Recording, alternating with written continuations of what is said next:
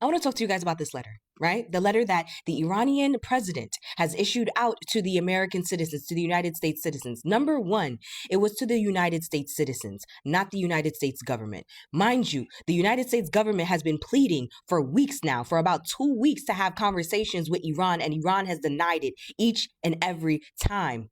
They came to us. That's a red flag. So already before even reading it, I'm already like, this is not a good sign. After reading it, I'm like, oh no, this is definitely not a good sign.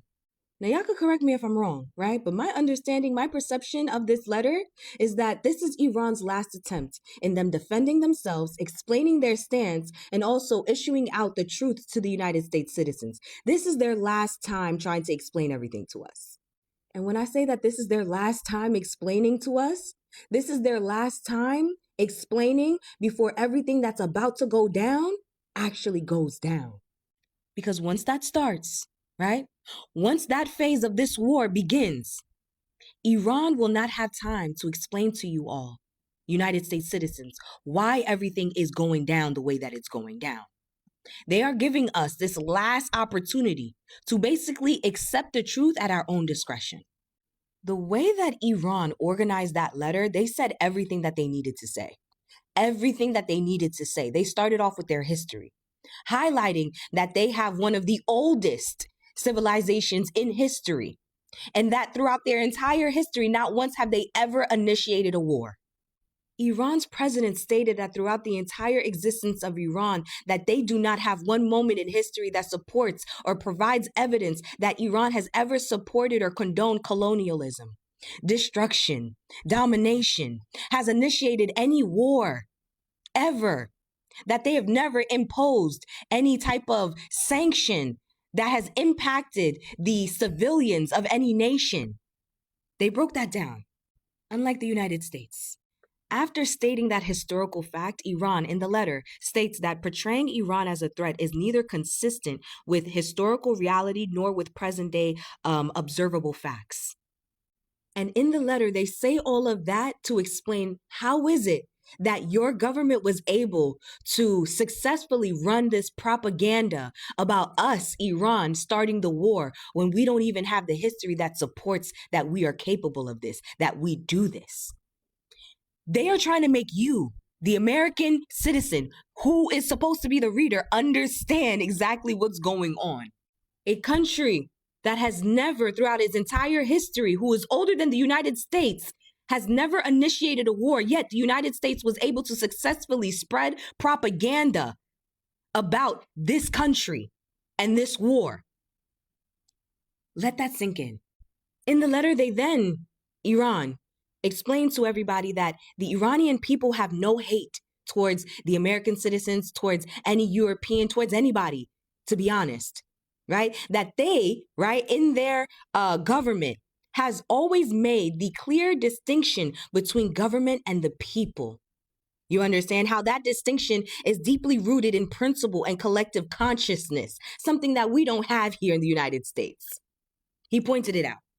That statement was not only made to disgrace and shame the United States government, but also the citizens, the active citizens that elected these people into these positions. And then right before the letter ends, you're now at the point, if you're reading it, right? You are 3/4 into the letter. Iran poses the fundamental question, exactly which of the American people's interests are truly being served by this war? Was there any objective threat from Iran to justify such behavior? They're asking you, the United States citizens, what did they do to deserve this? What can your government, the American government, say to justify such actions? What did they do? They're asking you, the American citizens. They want you guys to open up your eyes and see what the fuck is going on. All of these actions that the United States government is implementing, is imposing, on whose interest, on behalf of whose interest are they for? Iran stated multiple times in that letter that they will defend themselves, and they are defending themselves, that they will not stand down. This letter is their last attempt in explaining their position to the United States citizens before what goes down actually goes the fuck down. That's it. Do you support the war in Iran? Never. Why not? I mean, the war in general is like, why are we killing each other? Like, what's the genocide for? You know what I mean? Like, we could live in peace and prosperity. Do you support the war in Iran? Oh, that's a terrible idea. Why is that? Not well thought out. There's no purpose to it. There was no thought about what would happen to the Strait of Hormuz. There's like all the prices of oil is going up and all that. Yeah, as a result of that. That's why other presidents didn't. It wasn't because they were cowardly. It was because they knew that there would be fallout from it, like exactly what's happening. And now it seems like an endless war. In fact, they wanted regime change. It didn't work because they're not stamped out. So it's either a much more prolonged, more violent war, or it's on their own terms a failure. And how much of this war do you blame on Israel? I think America wants the war too. I think Netanyahu's very happy the way things are going. I know we come from like years of, anger and arguments and disagreements, but honestly, at the end of the day, like, we could just end it with love, you know what I mean? It doesn't have to be war, you know what I mean? Like, we could love the Iranians just as much as the Jewish, and everybody can just get along. What do you think about ICE showing up all these airports and everywhere? Disrespectful, who are we? Like, they train us like animals. In the back of my head says we are human, because that's what we are. We're just human beings trying to live our life. If there is one thing that currently Americans have not hesitated to show, the world, is that they are not in support of this particular war happening in the Middle East involving their country and Israel versus Iran. And something unusual is happening right now. And it is not on the battlefield exactly. It is in the minds of the people, and especially Americans. For many decades and for many years in the past, the government of America has relied on one powerful weapon to sell wars and these kind of confrontations to the people: narrative, or what other people might call propaganda. Convince the people, and the people will justify the war. But this time, Americans are clearly asking a very important and a dangerous question: who is this war really for? Are we benefiting? Are Americans benefiting from this war in one way or another? And when citizens starts to question, or begin questioning war in real time, not after the war, not years later when they discover the truth, that is when the shift begins. Now, let's listen to what some of opinions of Americans, and we'll be back with a good analysis. I don't know how many times this orange-headed beast lied. He lied so damn much I could not keep up. One, he said that there was actual talks between him and Iran. There are no fucking talks. And the regime changes happened after y'all assassinated their leaders. Two, he said he's taking out their Navy, their Air Force. They barely got anything. If they barely got anything, why the fuck are they taking out Israel left and right? Inflation is not down. It's almost at 4%. Economy is not booming. It's barely making it. We are steady at the moment. Employment is between 4.4 and 4.6. Low hire, and we gonna fire. Gas is around $4 a goddamn gallon. None of our allies are coming to our rescue. He lied on service members, family members, talking about they told him to finish the job. They did not say that shit. All he did was try to boast about himself and how great he was doing and how great he did at removing Obama's trading deal with Iran. He also lied about Iran being the ones that attacked first. When it came to Wiggs R Us bragging about those B-2 bombers he did last year, baby, we didn't hit shit. They confirmed it. Strait of Hormuz still belongs to Iran. They still popping off on everybody and mama. We don't have a ceasefire deal. There are no communications. And our economy is suffering for it. And we're losing service members because of it. And all that motherfucker can do out there is just brag about what he's done. He's done nothing. He's a fucking idiot. So how are you feeling about the Iran war? I just feel like they're doing all of this to basically cover for the Epstein files. Like, we're not fooled. We know what's going on. They're doing this. They don't want to admit the truth. So you start a war to distract all of the American citizens from what's going on right now. Yeah. And it's just ridiculous. Like, I'm actually ashamed, a little bit embarrassed to be calling myself an American with everything that's going on. This is not how America should be. People should come over here to have free lives, independent lives, live their lives, do whatever they want to do. People come to this country to make their dreams come true, not to be locked up in a concentration camp. Like, that's not normal. We literally have concentration camps right now in Texas. That's not normal at all. And they're using the media to distract us from all of that and make us forget. And we shouldn't. We all need to pay attention to what's going on right now in the world. I watched Donald Trump's speech last night to the nation, so you didn't have to, but here are some of the most ridiculous things he said that are just flat out lies. The United States has never been better prepared economically to confront this threat. You all know that. We built the strongest economy in history. We're going through it right now, the strongest in history. In 1 year, we've taken a dead and crippled country, made it the hottest country anywhere in the world by far with no inflation, record-setting investments coming into the United States, over $18 trillion, and the highest stock market ever, with 53 all-time record highs in just 1 year. The United States economy is doing horribly right now. Gas is almost $6 a gallon in California. People can't afford rent. People can't afford bills. The price of groceries is higher than ever. And to hear the president, who is a billionaire, go online and rant about the stock prices, which the average American doesn't own, and how America is doing better than ever, when internally American citizens feel as if the money being spent abroad can be spent here to focus on school, daycare, healthcare, and infrastructure, is a slap in the face. So once again, I'm going to ask this throughout this video: how do you guys who are poor from Iowa, Nebraska, and farmers continue to support a man who only fills his coffers and makes his friends rich? Then we're in great shape for the future. The United States imports almost no oil through the Hormuz Strait and won't be taking any in the future. We don't need it. We haven't needed it, and we don't need it. The countries of the world that do receive oil through the Hormuz Strait must take care of that passage. They must cherish it. They must grab it and cherish it. They can take the lead in protecting the oil that they so desperately depend on. The United States imports roughly 600,000 barrels a day from Saudi Arabia and up to 350,000 barrels a day from Iraq. This oil all comes through the Strait of Hormuz. And even if it didn't, global markets dictate the price of oil, which is why the oil increase and shortage around the world cause prices to go up. Trump has also threatened to stop sending aid to Ukraine if the Europeans do not help his war in Iran, to come on and start a war that no one needed because Iran wasn't actual imminent threat to us and weren't going to attack us, because Iran doesn't officially attack other nations in the region, especially abroad, and then try to rope the EU into your war, and then now you're blaming them for not securing the Strait of Hormuz because you're scared to go in to Iran and actually fight them head on? In these past 4 weeks, our armed forces have delivered swift, decisive, overwhelming victories on the battlefield. Victories like few people have ever seen before. Tonight, Iran's navy is gone. Their air force is in ruins as we speak. Their ability to launch missiles and drones is dramatically curtailed, and their weapons, factories, and rocket launchers are being blown to pieces. Very few of them left.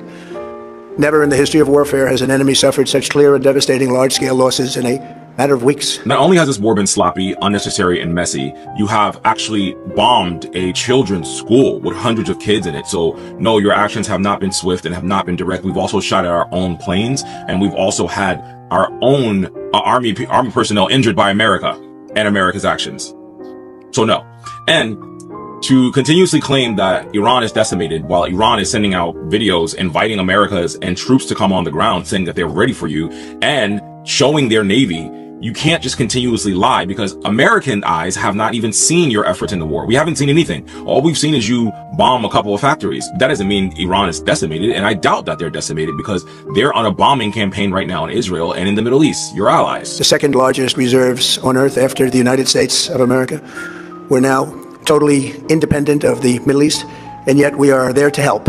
We don't have to be there. We don't need their oil. We don't need anything they have, but we're there to help our allies. America produces the most oil in the world. That is a true statement. But what he's leaving out, and what most MAGA dummies won't even research, is why we import. We're a net oil importer. We actually export more oil than we import. But we import around 8 million barrels of oil a day because our refineries are not made for the crude, for the oil that we actually have in America. So America produces something called like light sweet crude oil. Our refineries, though, are made for sour, heavy crude oil, the oil that comes from other places, to refine that. So it's easier for us to export our oil and for us to import the oil. But just so you know, the oil that we actually use in this country is imported, not our own oil.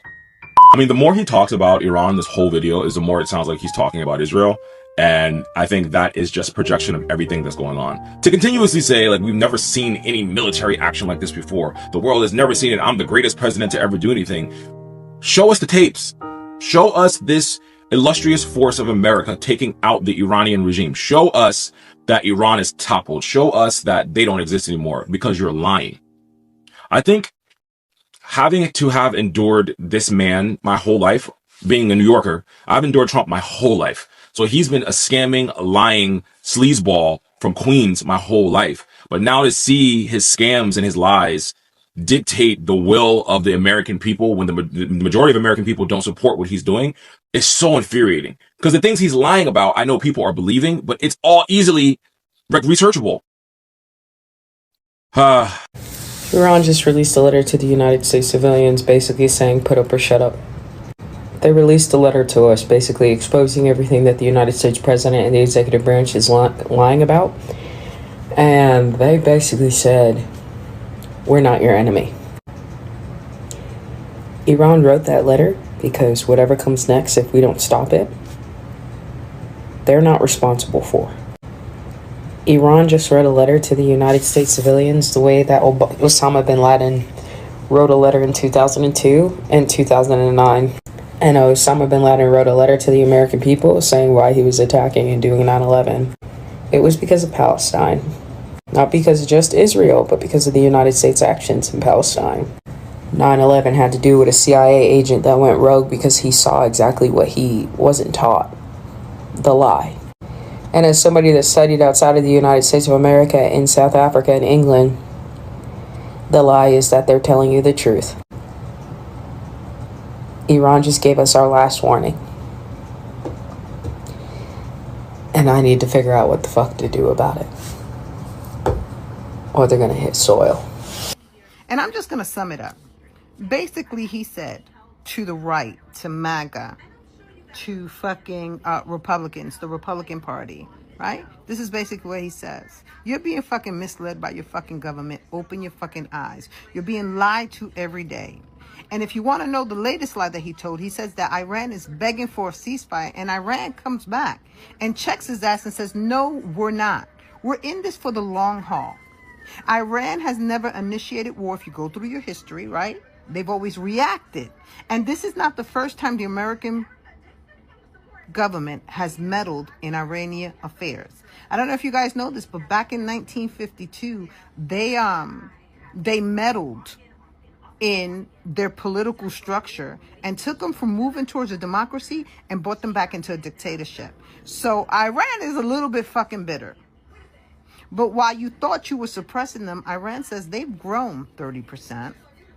We all know that they have the oil and they're strategically positioned. And they're saying they're in it. And as long as the United States continues to go after them, they will continue to defend themselves. And so he is begging the American people, does this war benefit you? As our economy and our gas prices are going up, I just want you to know that this is going to cost us trillions. We're already into the billions a day. And it's just rising. It's a conflict that involves 17 fucking nations and is growing. This does not benefit us. But you know who it does benefit? Who does it benefit that's over there? Remember they were trying to make that strip? Remember that? Remember that strip? That's who it benefits the most. Because those are the ones that are saying that Iran is this big threat. But there's no history of that. Now don't get me wrong. Right? We're going to have terrorists always. From Iraq. We're going to have them from everywhere. But at the end of the day, wake the fuck up. The world is telling you to wake up. Take Iran out of this motherfucker. The world is telling you to wake up. And Republican Party, MAGA, you are destroying our fucking country. You are destroying our country. You're destroying our reputation. You are destroying the position that we had in the fucking world. And it's only getting worse by the day. I paid $5 per gas the other day.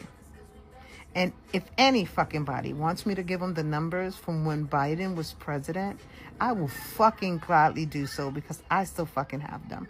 I challenge you. We're already $39 trillion in debt to other countries, China being one of them. But I digress. The Iranian president penned an open letter to the people of the United States, titling it, "In the Name of God, the Compassionate, the Merciful." Let's read what he wrote, because it's pretty powerful and we all need to hear it. To the people of the United States of America, and to all those who amid a flood of distortions and manufactured narratives continue to seek the truth and aspire to a better life. Iran, by the very name, character, and identity, is one of the oldest continuous civilizations in human history. Despite its historical and geographical advantages at various times, Iran has never, in its modern history, chosen the path of aggression, expansion, colonialism, or domination, even after enduring occupation, invasion, and sustained pressure from global powers. And despite possessing military superiority over many of its neighbors, Iran has never initiated a war. Yet it has resolutely and bravely repelled those who have attacked it. The Iranian people harbor no enmity towards other nations, including the people of America, Europe, or neighboring countries. Even in the face of repeated foreign interventions and pressures throughout their proud history, Iranians have consistently drawn a clear distinction between governments and the peoples they govern. This is a deeply rooted principle in Iranian culture and collective consciousness, not a temporary political stance. For this reason, portraying Iran as a threat is neither consistent with historical reality nor with present-day observable facts. Such a perception is the product of political and economic whims of the powerful. The need to manufacture an enemy in order to justify pressure, maintain military dominance, sustain the arms industry, and control strategic narratives. In such an environment, if a threat does not exist, it is invented.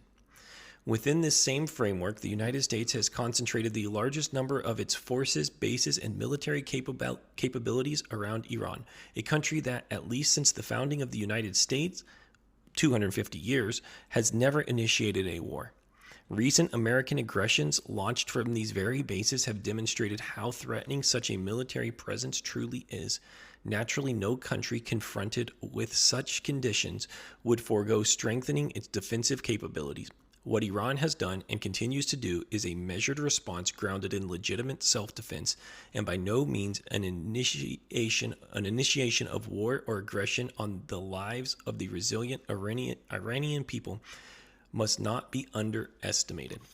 The continuation of military aggression and recent bombings profoundly affects people's lives, attitudes, and perspectives. This reflects a fundamental human truth. When war inflicts irreparable harm on lives, homes, cities, and futures, people will not remain indifferent towards those responsible.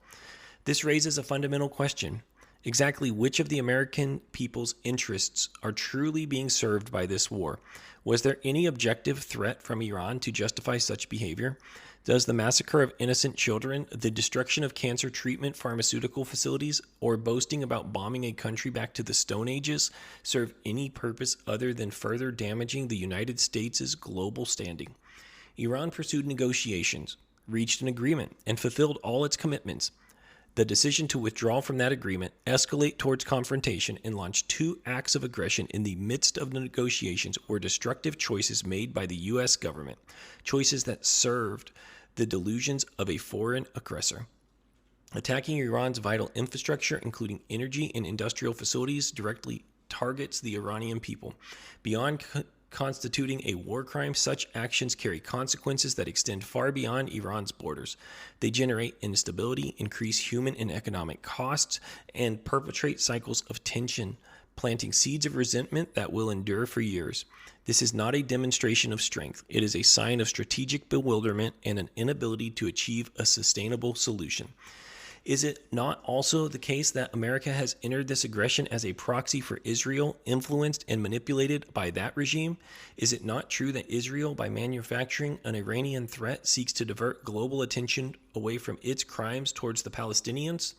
Is it not evident that Israel now aims to fight Iran to the last American soldier and the last American taxpayer dollar, shifting the burden of its delusions onto Iran, the region, and the United States itself in pursuit of illegitimate interests?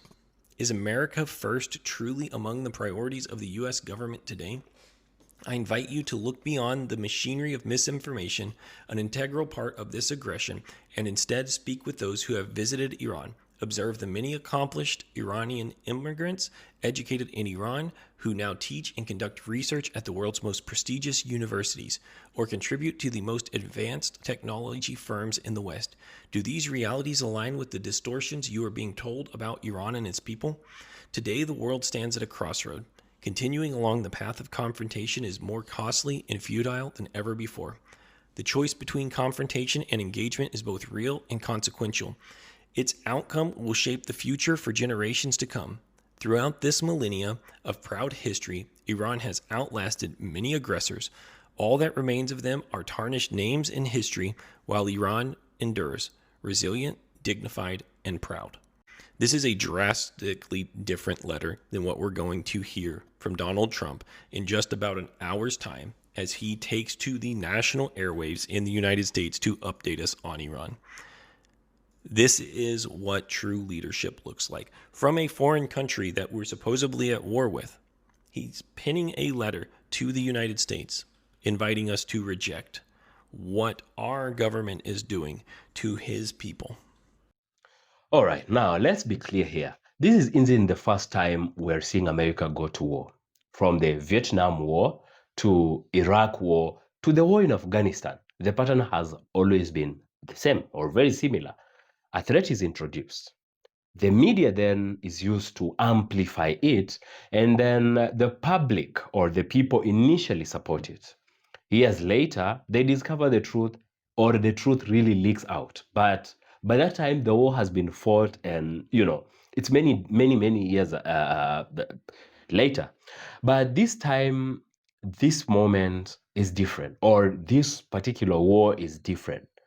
And what is actually different is the timing. This time, the people are questioning the narrative while the conflict or while the war is ongoing, is unfolding. Unlike in the past, when they would just support their country to go to war and they will know the truth later. Right now, they're questioning the war as it unfolds. And that really changes everything, essentially. And across the media, social media, or interviews, and generally public discussion or public discourse, three major sentiments are beginning to emerge, And the first one is, what do we gain from this war? Americans are no longer convinced that foreign wars automatically serve their interests, because they have seen it from the past. There have been wars that couldn't be justified, and there have been wars that they later came to ask the benefit of it, and they didn't find. And the second thing here is, we have seen this before. That is simply what Americans are saying. Past wars have created a kind of a political memory with the people. People remember being told one thing, and later discovering the truth that this war wasn't about what they were actually being told it was about, And the third one is, focus on home first. And that's what Americans are simply saying. You can't be going to waste taxpayers' money and resources to fight wars that don't benefit Americans, while Americans at home need help, need that money, need those resources. You're wasting away their resources, but even most importantly, their lives. Economic pressures, inflations, domestic struggles, they're making these kind of wars feel that the government and those that are in support of it are very disconnected from everyday life of Americans. Yeah.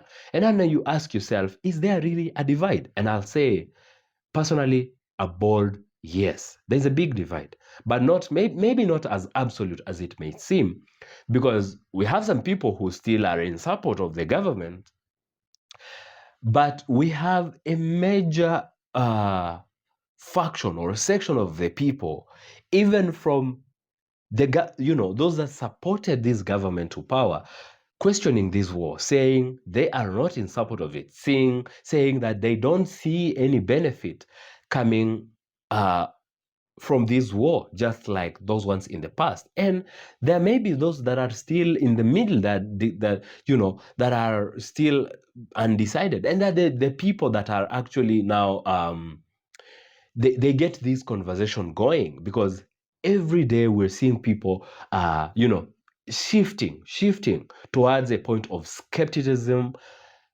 And it's enough is enough, and it is slowly getting to a point in which Americans would now come out fed up and say, we are not supporting this anymore, we are not going to fund this any longer.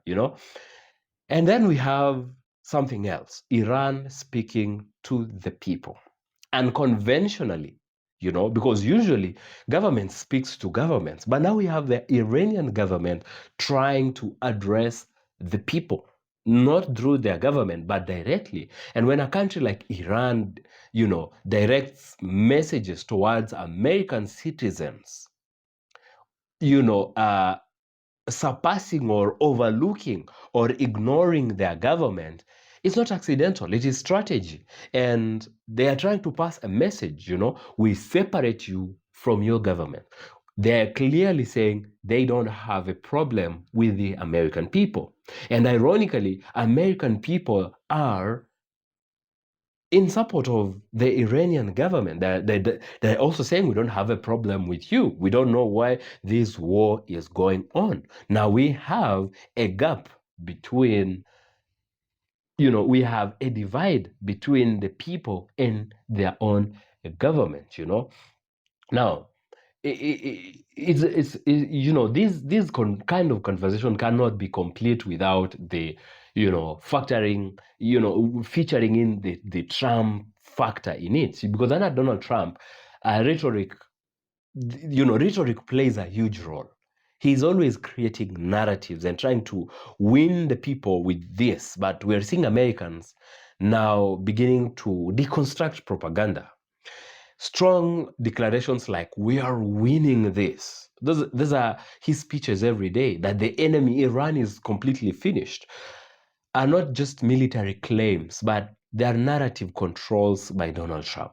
However, what Americans are really, because this is the age of information, are discovering is that this is not true. When they say Iran cannot fire any missiles anymore, but America is still when Donald Trump comes out to say they have obliterated the enemy, but Iran is still fighting on, Iran is still firing, Iran is even saying there is no dialogue, there is not any diplomatic dialogue taking place, the people begin to question and see the lies being propagated by their own president, But here's the tension. When reality on the ground doesn't match the message by the government, when the people are seeing something else from what they're being told by their own government, trust is at stake, and trust begins to crack. And once it cracks, even slightly, people start asking questions, the questions that governments don't love to confront. So here, the biggest shift is obviously not military, it is psychological. It is the psychology of the people, of Americans, and not just Americans, but people worldwide. When citizens begin to question war even before it ends, governments lose one of their most powerful tools, which is automatic public consent, or public support, public belief in them. And without that, everyday decisions become hard to justify, because you cannot be telling them what they don't agree with, that there is a reason to why America must waste the lives of their own soldiers and their monies in the billions fighting a war that they are not, in support of. So what we are seeing isn't just really disagreements. It is awareness. Awareness is dangerous, not to the people, but to unchecked power. Because history shows us something very clear. Wars don't just depend on weapons, but they depend on the belief of the people.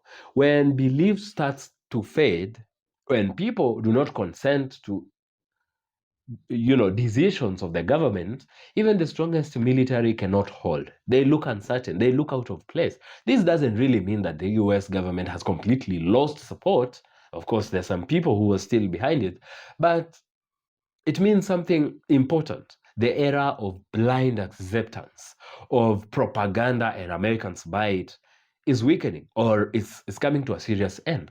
People are watching and people are questioning. The world is watching and the world is questioning. And most importantly, people are actually also remembering the past, you know. And maybe that is a real turning point here. Not who wins the war exactly, but whether the people still believe in it. Because once the belief is gone, no amount of power, no amount of propaganda can actually fully replace it. Yeah, so let me know what you think about this particular video in the comment section below. If you like it, give it a thumbs up, share it, and please subscribe to the channel if it is your first time, and I'll really, really appreciate. I'll see you in the next video.